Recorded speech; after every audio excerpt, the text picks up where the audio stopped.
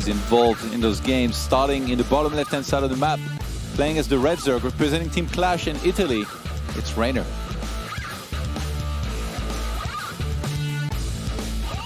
And hailing from Korea, one of the best Protoss players who ever walked the planet, it is Zest. Again, both players currently undefeated in this group. 2-0, both of them. Whoever wins here will have taken a serious option to qualifying for the next round. Obviously, that first place is very important. I think both of them are not only gunning for this win just now, but also for that first place. You're guaranteed top 8 and $10,000. Absolutely. I mean, playing a second or third place finisher in any one of the other groups, I mean, that could mean a Maru, could mean an Innovation. We don't know who's going to qualify yet and in what position. Avoiding that and being a round extra ahead, such a good spot to be in. And both of these guys, they want to have as little information on them as possible. And also, they don't want to work super duper hard for it, because, I mean, every player in this tournament at this stage is super duper good, and anybody can take out anybody, it feels like. Yeah, that was Stats and Dark, actually. number 2 and number 3 in the in Group A, so pretty scary to think about. But obviously in the round of 8, it's going to be so stacked anyway. But it's so nice to already have that extra round and not have to play through the round of 12. Certainly. And map 2, it's World of Sleepers, which for quite a while this has been in the pool, and it's been seen as a very good Zerg map just because of how big it is. It's great for run-bys. When I think about that alone, I'm kind of like, oh my gosh, Zest, you didn't veto this map against Reynor, the king of run-bys himself. Zest opens up a fairly similar way, by the way. He goes for the natural block, just making sure it can't happen, and forcing his opponent to go for the third base. And given that he did have a lot of success with the Adepts in the previous games, I'm wondering what he's going to do here, because I've always known Zest as a guy that kind of goes for the same thing in a series just because he knows he's really darn good at it. He's got very good micro, but here it just didn't pan out against the king of run-bys. Yeah, sometimes those games can come down to like one single wrong decision. I think last game when Zest realized that there was no drones at the expo, he should have stopped shading over there, kind of focused on the main and third base instead, and really tried to go hard for the drones, because even if you trade like a bunch of Adepts but you end up killing a lot of drones, I think that's way better for you, especially the way he had built up his economy. But of course, I think the biggest mistake was obviously letting the links in, which I think he's going to be a lot more careful with here in this game. And we do see a similar build so far for Zest in the Twilight Council first and the Robo. Reynor respecting his opponent, he's getting Link speed and he's getting the Overlord speed, but Zest so far, yeah, he's sticking with the same build almost. Maybe he'll change little bits here and there. One tweak can make the whole strategy seem totally different, but this is one thing that pro gamers tend to know about Zest. If he feels that something is good, he will go for it time and time again, which makes him a more comfortable player to play against. Even though he's in your face all the time, knowing what your opponent is doing before anything happens in the game, that is such an advantage. Yeah, Reynor is getting the Roach Warren. I really like the choice of Pneumatized Carapace here. I think without that, he wouldn't have been able to get much of a scout. Kind of surprised he's not sending the Overlord in just yet. He kind of just flew around for a second, so that there was no gas on the expansion. I think that's a massive bit of info, right? Like, if you don't take that third and fourth gas, you can pretty much limit it down to, okay, it's not DTs. And then as he flies into this main base, he's going to see the Adepts as they warp in. So it's not as if the Warp Prism's even going to hide the tech choice or the unit choice. It's, yeah, you're doing the same thing to me.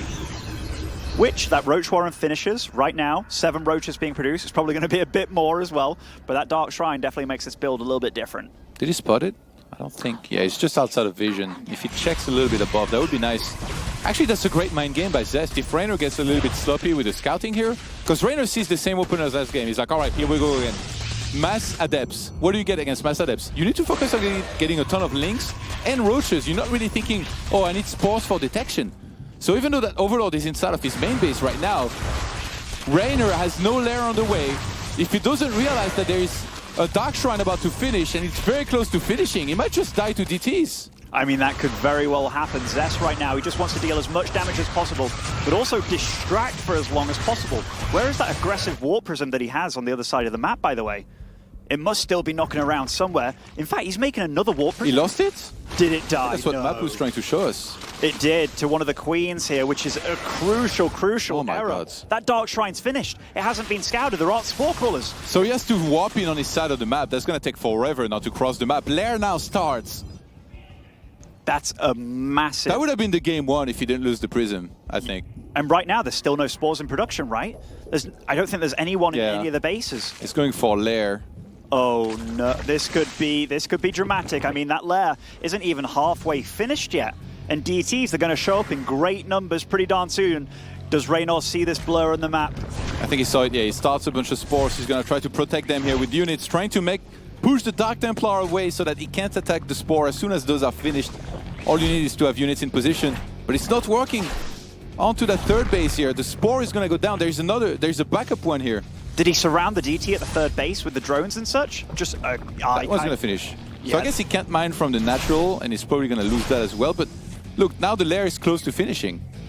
But the thing is, he's going to lose his natural. This is a heavy investment in the DTs, and we ask ourselves, is this worth it? And I believe it super is for Zest. Back at home, there's no third base on the way. He is adding more gateways, more adepts, and +1 weapons as well. But this was a crucial slip-up for Reynor because that Overlord in the main base, it was right next to where the Dark Shrine was. The fact that he didn't scout for it, that is just...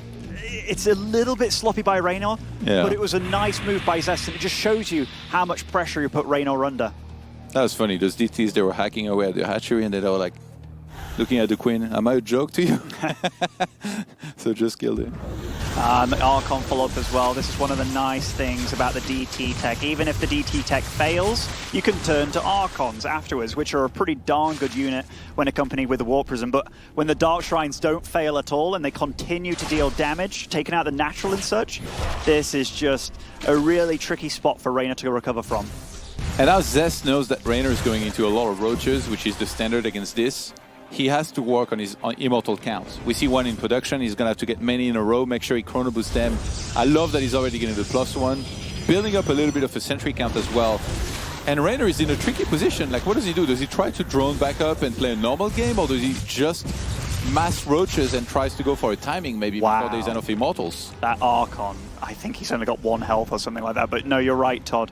In this kind of situation, we're going to need Reynor to play either super duper perfectly or make some crazy risky decisions, because right now it's not that great for him. Does he go for something very low cost like Swarm Host that can trade very efficiently? Because right now Zest, he's taking his third base and it's on that rich Vespane Geyser location where if you get enough Mortals and Archons together, roaches do not last very long against that comp.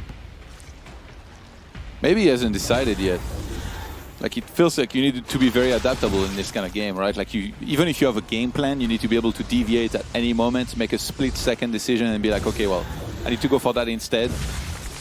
You don't have to be exactly set on one single thing you're going to do, because otherwise, if the opponent figures it out and counters you properly, you're always going to lose pretty much. But in this game, Reynor is going for +2 missile right now. He's still making a ton of units. He's probably worried about some sort of follow-up attack. And I think that's what it's going to be as well. I mean, Zest, that's what he does. He attacks you. And so far, it's been working out well for him in his career. I mean, he's one of the biggest legends that we have. And right now, Reynor, it is such a tough spot because it seems like whatever decision you make at this point, it feels like the wrong one because your opponent, he's richer than you, he's got better tech than you. It's just a very, very difficult spot for Reynor. He's just massing units. There's no additional tech, no Hydralis Den. No infestation pit. It's just going to be lings and roaches. Clear reconstitution is actually really late here. I think he forgot about that for a while. I think you're right. The fact that +2 weapons is so far along for him and that roach speed isn't even remotely done and this attack is coming at him, and that is a huge attack by Zest, but he's paying respect to these roaches and ravagers. Oh, and a DT goes to the main base while all this is happening. Zest has been playing a beautiful game, this one. Yeah, that's actually really smart here. It's very hard for Zerg to not be extremely worried and have all of their units at the third base ready to fight against the big attack that's coming up, and then react on time against this with some good split. And Zest doesn't even need to actually attack here. Like, by doing that, he forced a ton of roaches and links here on the other side of the map. So if he can just take his time, maybe go back home and max out himself, he's going to be at a big disadvantage in terms of having a higher tier or higher quality army himself. Yeah, as soon as Reynor hits these upgrades with the range missile and also the roach speed finally, his army isn't really going to get any better. You can see that he's getting a pretty decent bank together as well to kind of re-max on it most likely. But Zest, his army just gets better with time, so as long as he survives, he's going to be looking quite pretty against this army. But Reynor, we've seen him make magic happen in the past. Can he do it again here? Zest is out of position. He's going to come in from the left side here. Reynor sees it. How does he do this? Does he pull back? He's spamming corrosive bites here to make sure that Zest can take full-on engagement. Good force fields. He's going to trap a lot of his roaches there. Oh, and he reapplies the force fields as well. And Reynor's army is melting against this strong, stocky Protoss army. But there's a lot of Zerg still here, making Lings back at home. He's still got quite a bank to spend, though. And this army of Zest is just kind of marching down Reynor. Both of them take some losses, but Reynor definitely took more there. He's actually looking to try and fight. Oh my god. Wow. This has happened in a previous game as well. Zest wasn't good at dodgeball in high school, I can tell you that, because he has been loving catching those biles in this series and his previous series as well. I think he's just kind of losing patience. He's like, okay, I'm going to cut you off. I can't let you retreat. But the thing is, against that many Ravagers, you can't really do that because the biles, they end up landing and you take way too much damage from them. Now Reynor's adding on quite a lot of Banelings to his composition, which I like, because Roaches and Ravagers, they're great against Archons and great against a lot of the units that Zest has, but Banelings, they just get rid of that meat shield front line in terms of Zealots, and if they can run into your army without attack moving them, they act like a bit of a tank, because even if they die to the Protoss, they still deal the damage. And that is a really good meat shield, as weird as it sounds, against the Protoss army. Also, have you seen Zest? There's no way this guy played dodgeball in school. He was on the lacrosse team. He was busy doing the swimming, you know, and doing the weightlifting or what have you. But yeah, Zest trying to just buy time here. He isn't taking a... In fact, he does have a fourth Nexus, which is kind of crazy. I mean, he's in a much better economic situation. Reynor, though, he's not super all-in with the composition that he's making. We did see in that crazy game yesterday with that, or rather the day before, Lambo against Trap, where he actually smashed a huge tech army of Protoss with just this composition. But he does have a fourth base himself. Does need to max out, though. And we do see that he is a little bit supply blocked. He's setting up the Overlords. Setting up a multi-pronged attack here. Whoa. So many Archons to tank a lot of this damage here. Banelings are going to start coming in here. If they can't get big detonation, this is going to be very hard for Reynor to win this. So many Immortals are left over. A lot of Zest army got blown up here, but he's still got a big army to fight with, and I think he might have enough. Oh, that was so many Banelings, but Zest, he just doesn't give a damn, and GG, Zest ties up the series 1-1.